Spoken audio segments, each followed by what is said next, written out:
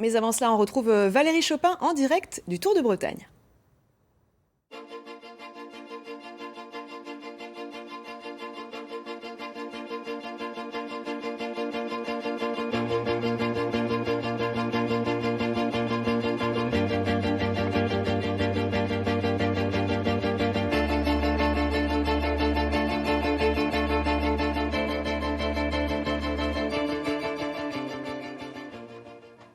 Bonjour, bienvenue à Rosporden, la deuxième étape de notre tour de la semaine. Nous suivons, vous le savez, le Tour de Bretagne, 54e édition. Nous étions hier dans les Côtes-d'Armor, c'est donc aujourd'hui dans le Sud Finistère, non loin de Concarneau et de Quimper que l'on se trouve, précisément parce que c'est ici que les 128 coureurs en lice encore ce matin dans ce Tour de Bretagne, eh bien ont franchi la ligne d'arrivée. On va en parler avec notre première invitée, c'est de nouveau Damien Martin. Bonjour Damien, merci d'être de nouveau avec nous pour nous faire vivre eh bien, ce qui s'est passé sur cette route il y a moins de 2 heures.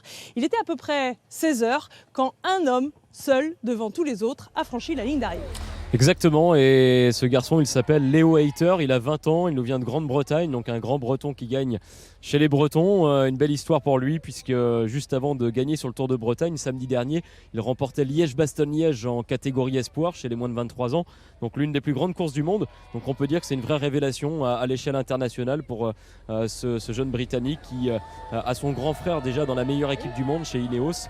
Donc je crois qu'il est promis au même avenir probablement dans les années à venir. Ce Léo Hayter qui, on le voit sur les images, a fait la route seul en tête pendant une bonne vingtaine de kilomètres. C'est ça, puisqu'il est rentré en fait sur l'échappée matinale, donc à 50 km de l'arrivée, et il était trop fort pour les autres, hein, donc il les a lâchés sur le circuit final de Rosporden.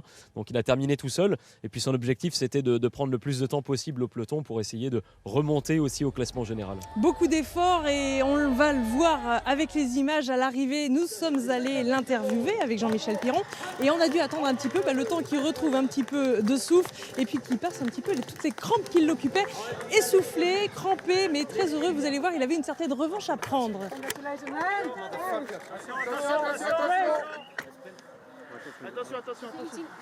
Hier, on s'est foiré, on était mal organisé. Mais on s'est couché avec la hargne et l'envie de prendre les choses en main. On avait décidé d'attaquer dans la dernière montée et ça a marché.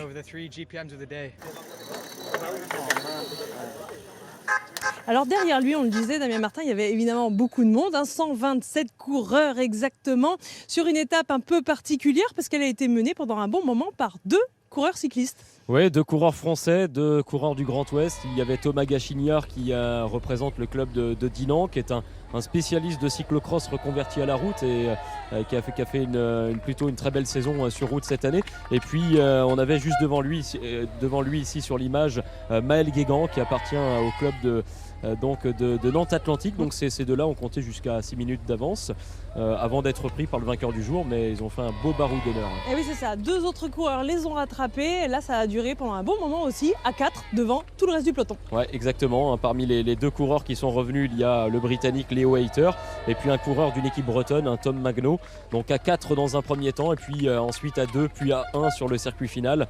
Voilà, l'Anglais était vraiment le plus fort aujourd'hui. Tout ça sous un magnifique soleil finistérien, on ne peut pas évidemment le bouder, et au classement général on va voir le podium, ça n'a pas trop changé tout en haut, en tout cas, c'est toujours Valentin Retailleau qui est en tête. C'est ça, Valentin Retailleau qui a mis son équipe à contribution pour chasser derrière les échappées toute la journée. Et donc si bien qu'il conserve son maillot, mais il faudra se méfier de ce garçon, Léo Hayter qui a repris environ 1 minute au meilleur, et je pense qu'on entendra encore parler même pour le classement général du Tour de Bretagne. Alors vous parliez de cyclocross à l'instant, et bien justement nous on a suivi 2 hommes qui sont champions de France de cyclocross, s'il vous plaît. Ils font partie de la même équipe bretonne et ils ont quelques années d'écart, c'est un petit détail. Reportage signé Gilles Lemorvan et Benoît Levaillant. C'est l'histoire d'un briscard et d'un petit jeune, Steve Chenel d'abord, 38 ans, doyen du peloton de ce Tour de Bretagne, et puis Antoine Huby, 20 ans, c'est bien mon petit Antoine, grand espoir du cyclisme breton qui, sous les couleurs du Cross Team Legendre, est venu faire ses classes auprès du vétéran. C'est le plus ancien de l'équipe, c'est lui qui met l'ambiance. Salut Steve, champion de France à Kelnuck en cyclocross. Chenel Il n'est pas le premier venu. Après 9 ans sur la route chez les professionnels, il était revenu en 2015 à ses premières amours, le cyclocross, avant d'être sacré champion de France en 2018 dans le Morbihan à 35 ans. Champion de France, Steve Chenel, en pleurs. C'est l'une de mes plus grosses émotions sportives, clairement. Voilà, d'en reparler, j'ai le frisson parce que c'était énorme. Énorme, je m'en rappellerai toute ma vie. Tout mon entourage s'en rappellera toute ma vie. Il y avait mon père, il y avait mes gosses, il y avait tout le monde, donc c'était énorme. Le cyclocross, c'est également la spécialité d'Antoine Huby, champion de France lui aussi, 3 fois, cadet, junior et espoir, ici en janvier, à Pontchâteau.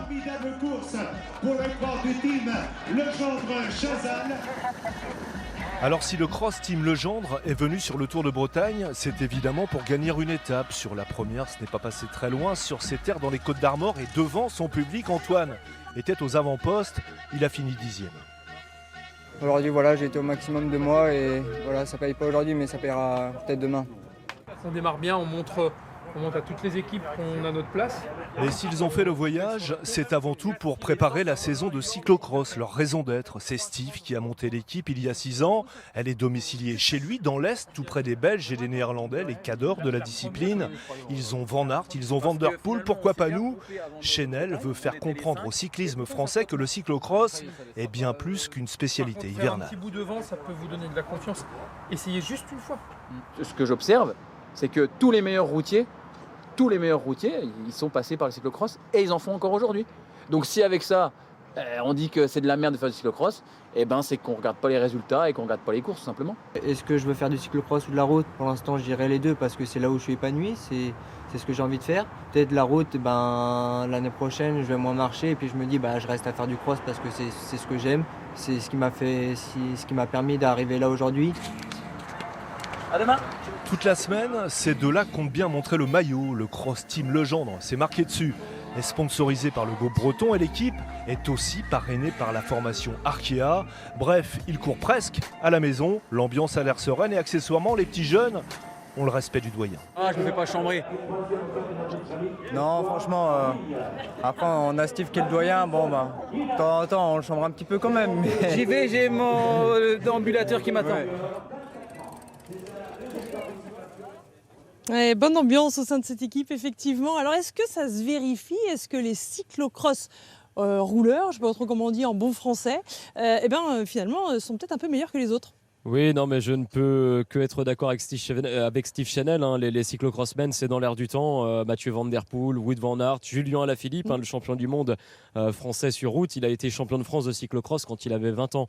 Donc c'est une très bonne école. Et tous les champions de demain sont aujourd'hui également en cyclocross. Et on en voit également quelques-uns sur le Tour de Bretagne. Bon, on va les surveiller de près, notamment demain, 3e étape de ce Tour de Bretagne. On quitte le sud Finistère pour aller à l'est, direction le golfe du Morbihan. C'est ça, une étape qui va mener les coureurs vers Brandivy avec une étape très très difficile sur le papier. Il n'y a pas 1 mètre de plat, donc ça ne va faire que monter et que descendre toute la journée. Même profil que ces 2 premiers jours, ça va être intéressant. Évidemment, on continue de suivre ça en direct. On reste avec nous, restez avec nous s'il vous plaît, pour accueillir un 2e invité qui s'appelle Loïc, qui arrive de Concarneau, en bon voisin, c'est à quelques kilomètres de là. Bonjour. Bonjour. Alors vous êtes coprésident d'une association qui s'appelle le CRAD. Voilà. Qu'est-ce que c'est exactement? Alors c'est un atelier participatif de vélo où les gens peuvent venir entretenir leur vélo, le réparer et en trouver un s'ils n'en ont pas aussi. CRAD qui signifie très précisément Le Centre de recherche sur l'avenir des déplacements écologiques. Voilà, tout un programme. Il s'avère qu'on était allé au tout début de cette histoire, il y a 10 ans exactement. Voilà. Une équipe de France 3 Bretagne vous avez rencontré, alors vous n'étiez pas là, mais il y avait effectivement vos prédécesseurs dans un autre atelier. Voyons un peu déjà ce qui s'y passait, c'était un peu les prémices de ce que vous promeuvez, la vélonomie. On regarde le reportage, merci. On se retrouve demain, Damien. Avec plaisir. Salut Abdellah. Ça va ? Bienvenue au CRAD, le centre de recherche sur l'avenir des déplacements écologiques. Donc nous sommes sur le port de Concarneau. Depuis la fin de l'été, une association squatte un local de la Chambre de commerce. Son but, promouvoir la vélonomie, c'est-à-dire l'autonomie des déplacements à vélo. On n'est pas dans un rapport commercial, on est dans un rapport collectif au vélo. Que les gens ne soient pas seuls face au choix de leur vélo, face aux réparations de leur vélo, qu'on puisse le faire ensemble. Nous, on met à disposition des outils, du savoir-faire, des pièces détachées qu'on a récupérées. Un cadre de vélo, Ok, dans ce sens-là, oui, voilà. Leçon pratique pour Patricia, la première adhérente du CRAD qui vient de racheter un vélo à retaper pour sa fille. Ils l'avaient refait, et en fait, ils m'ont fait tout démonter. Tout. Et moi, j'aurais franchement pas tout démonté parce qu'après, il va falloir le remonter. Et j'espère qu'ils vont pas me lâcher au dernier moment parce que ça va être dur. En 3 mois, Rémi et Xavier, les 2 fondateurs, ont fédéré une quarantaine de personnes. Ensemble, ils ont engagé une réflexion sur les déplacements en ville et nos modes de vie. J'ai pas de voiture, pas de permis, je suis un sans-papier, sans papier rose.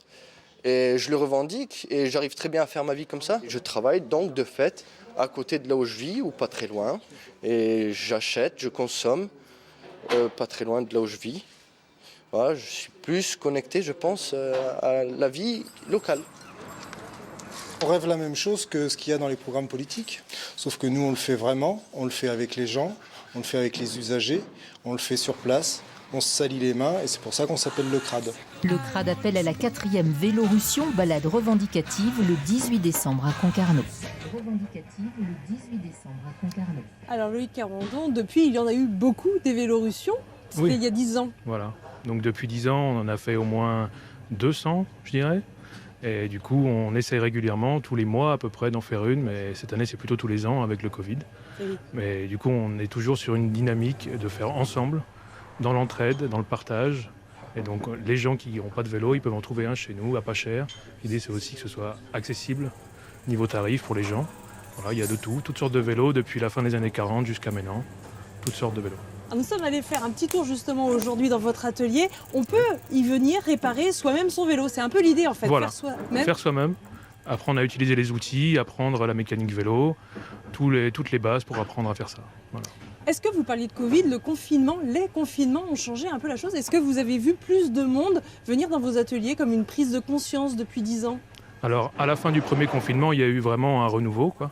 Il y a eu vraiment beaucoup de personnes qui ont eu envie de faire du vélo. Aussi pour utiliser le vélo comme un moyen de déplacement au quotidien, mais aussi pour faire du sport. Voilà, il y a eu plein de belles choses qui sont passées depuis. Pleine prise de conscience. Merci beaucoup, Loïc Carandon, d'être venu en voisin encore une fois. Je rappelle que le CRAD est basé à Concarneau. Le site internet va apparaître sur vos écrans.